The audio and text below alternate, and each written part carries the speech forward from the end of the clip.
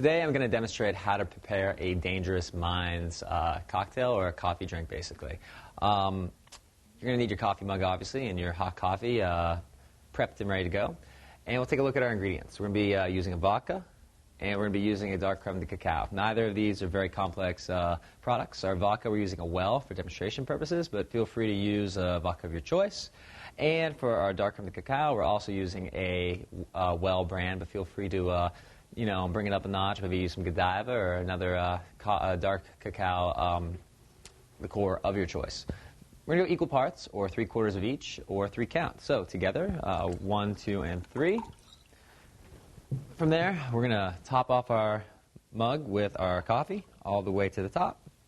And what I like to do is I like to add on a fresh layer of whipped cream and a maraschino cherry. However, our recipe doesn't necessarily call for that, so I'm going to abstain at the moment. So that is your Dangerous Minds. Hope you enjoy.